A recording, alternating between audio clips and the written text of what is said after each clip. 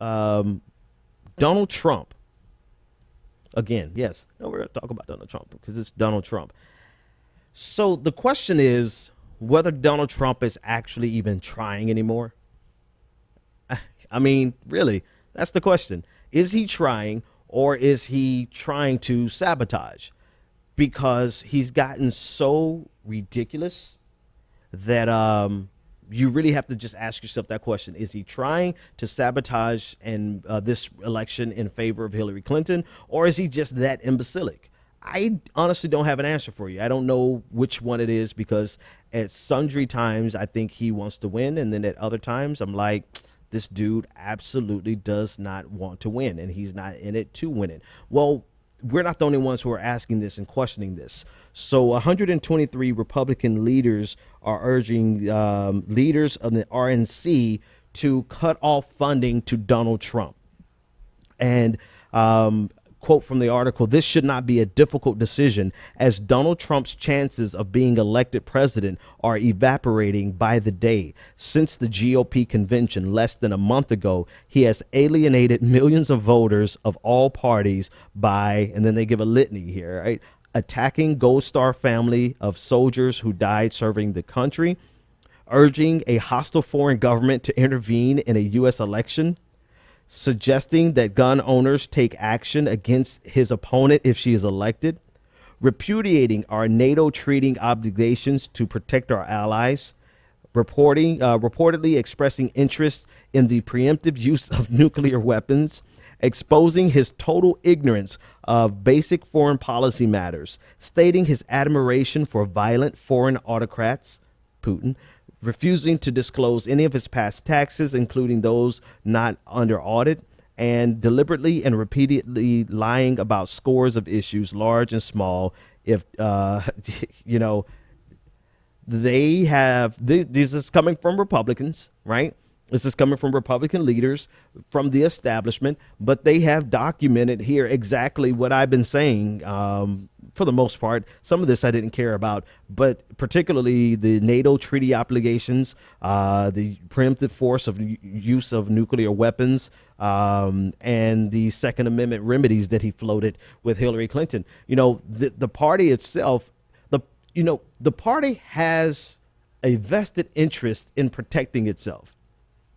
And I think they felt that if they embraced Donald Trump, then they could just ride it out, whether he won or lost. If he won, good. If he lost, they'll just be there for 2020. Little did they know that they were signing on to the most insane and asinine ride that they have ever been on in their life. Like he has really come in, and it seems like since the Democratic convention, he has gone even crazier. You know, like he saved his best buffoonery for post Democratic convention. And to the point where, like, if you look at the polls, let me see if I have the polls here. Like in Pennsylvania, he's up like 12. He's up so many points that Hillary Clinton's super PACs have stopped running ads in Pennsylvania. Yes, I'm sorry, I said it backwards. He's down. Donald Trump is down so many points. Hillary Clinton is up so many points that they're not even running ads in Pennsylvania anymore.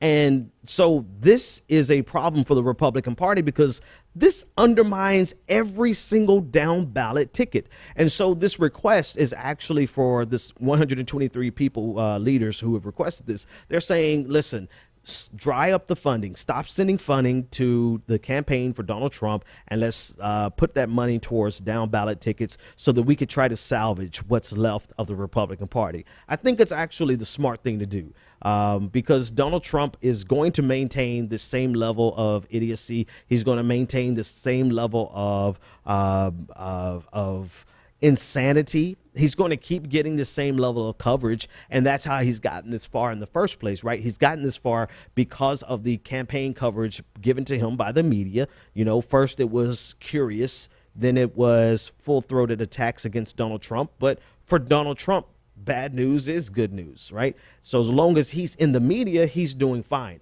So it makes sense for the Republican Party to dry up that money and send it down ballot to try to salvage what they can. Strategically, it makes sense. I personally want them to just all go down in flames. I wouldn't be upset about that one bit, because this is the bed that they've made, and they have to lay in it, right? They created they created the preconditions for Donald Trump to seize the moment on the Republican Party from the Republican Party. So the question is, what happens if Trump drops? Or what happens if the RNC actually dries up his money and he gets the picture and he just gets bored? What happens if he gets bored and decides, I don't want to run for president anymore, right? He's a petulant child, and that's what children do. I don't want to run for president anymore. So how would the Republican Party? It's interesting how would the Republican Party get their next nominee? It's interesting if you compare the Republican Party's processes to the Democratic parties, because they're very, very different. So if Trump withdraws, there's Rule 9 of the Republican National Committee rules entitled Filling Vacancies on Nominations. And it stipulates that if the party's presidential or vice presidential candidate leaves the ticket, or for whatever reason, the hole may be either filled by reconvening the National Convention or by the Republican National Committee itself. And if the RNC, the Republican National Committee itself, fills the vacancy, members representing a given state are entitled to cast the same number of votes as the state was entitled to at the convention.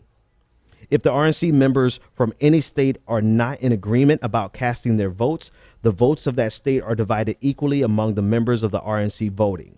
Finally, and this is all in Rule 9, no candidate may be chosen to fill a vacancy except by receiving a majority of the votes entitled to be cast in the RNC election. So that means that if Donald Trump withdraws or disappears, the Republican candidate probably still won't be Spence.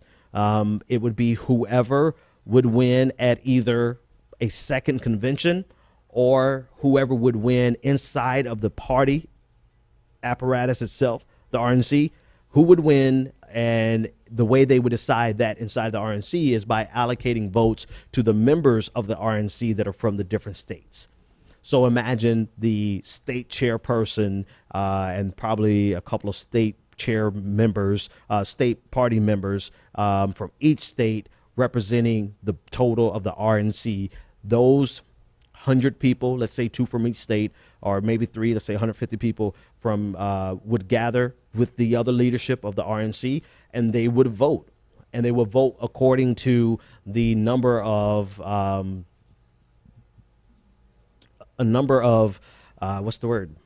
ballots, but the number of delegates that they are appointed inside of the convention. So they actually have a rather democratic process to select someone if Donald Trump opts out, gets bored, or they push him out.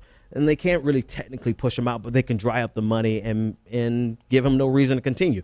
The Republican Party actually has a process that's pretty democratic, right? A national convention or a in the party decision, but it's still democratic, and it's based on the leadership from each state. So that's not a bad process. They're prepared to do this. On the Democratic Party side, however, it's actually up to the party and the chair, period. They can set the terms of how it would be done. They can determine, but ultimately it falls into the hands of the party chair and the leadership of the party. And they can select someone without going through a democratic process. So in terms of having 2 candidates, one who is unpredictable enough to just drop out and say, I don't want to do this anymore, or so hated that the party could turn on him, dry up the funding, and just put the pressure on him and behind the scene and make him leave. That party actually has a pretty democratic process of selecting a new chair, a new nominee. The Democratic Party, who has a candidate who, even though I don't think the Department of Justice would consider perjury charges against her, it's possible. And it could be bad enough for her to have to step down. I don't honestly believe that, but it could happen. And if that happens, then then their process on the Democratic Party side is far from democratic.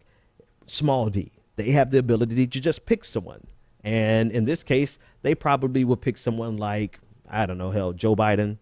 Joe Biden would probably be their pick. You know, I doubt very seriously they'll push Tim Kaine up to be that would be even worse than Joe Biden. But